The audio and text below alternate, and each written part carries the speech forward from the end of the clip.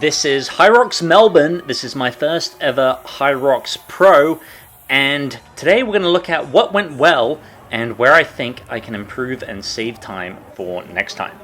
We've got a couple of stats on the left hand side. We've got the duration, the time of the race, as well as my heart rate at various points. So the first station in Hyrox is the Ski Erg, and this one I'm going at a relatively controlled pace.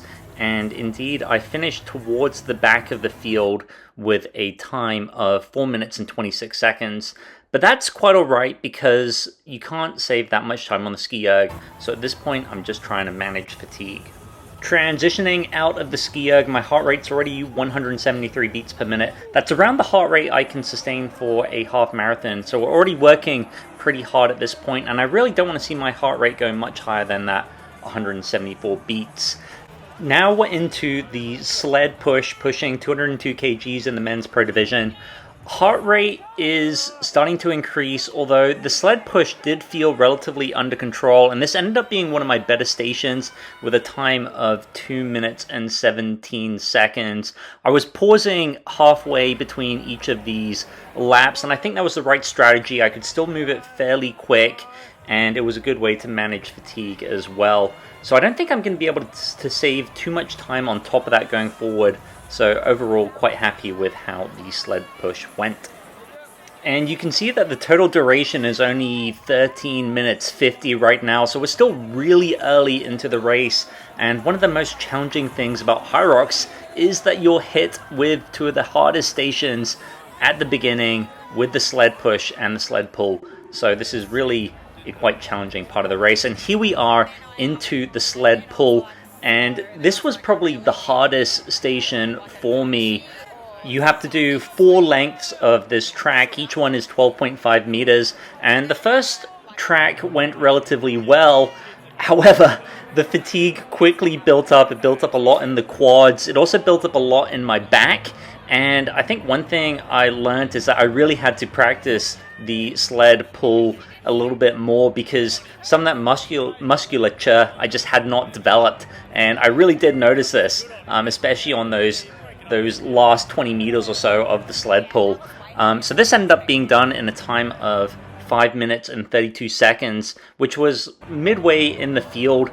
The best in the field were doing this maybe a minute and a half quicker. So this is a pretty big opportunity for me to save time going forward, and you can just see the heart rate cost as well. So my heart rate is now into the 180s, and anytime it gets into the 180s, that's well into zone 5, and I really want to be trying to avoid that as much as possible.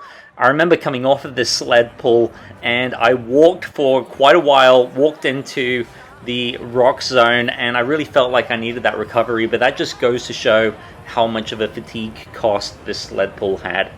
So there I am, struggling out of the sled pull, and the benefit is that we're now through the 2 hardest stations, or 2 of the hardest stations in the race. But next up is burpees, and this was another very challenging station for me. This one is challenging aerobically.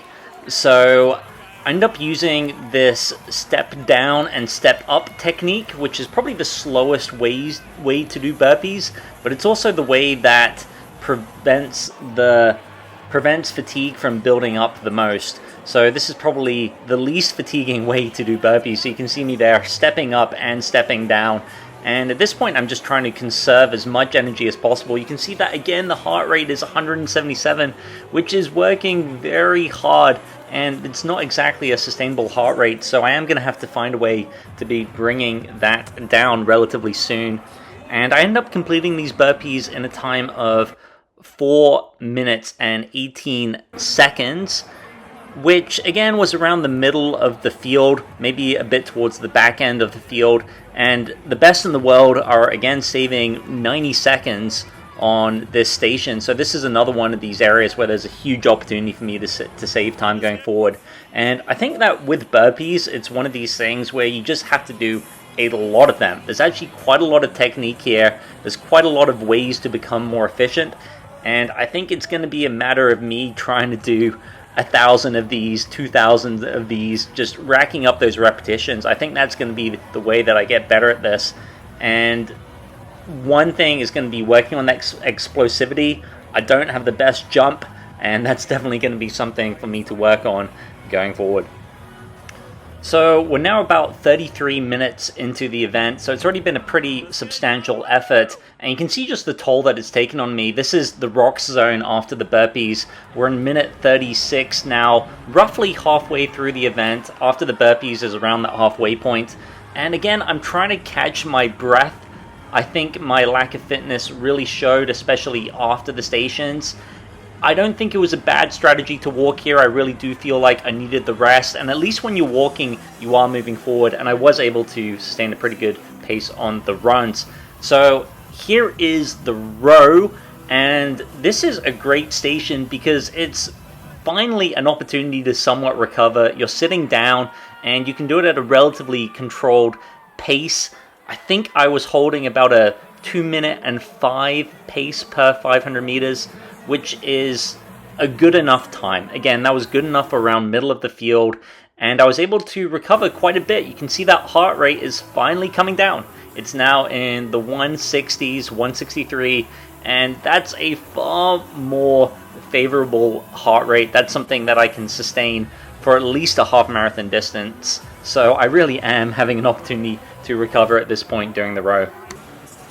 Next up, we're into the Farmer's Carry, so we're getting into the tail end of the Hyrox. We're in minute 51 right now, and the Farmer's Carry is probably the shortest event in the Hyrox, and the name of the game is to try and move quickly when you have these, when you're carrying these dumbbells. They're 32 kgs each in the men's pro division, and I stopped a few too many times, so I ended up stopping 4 times.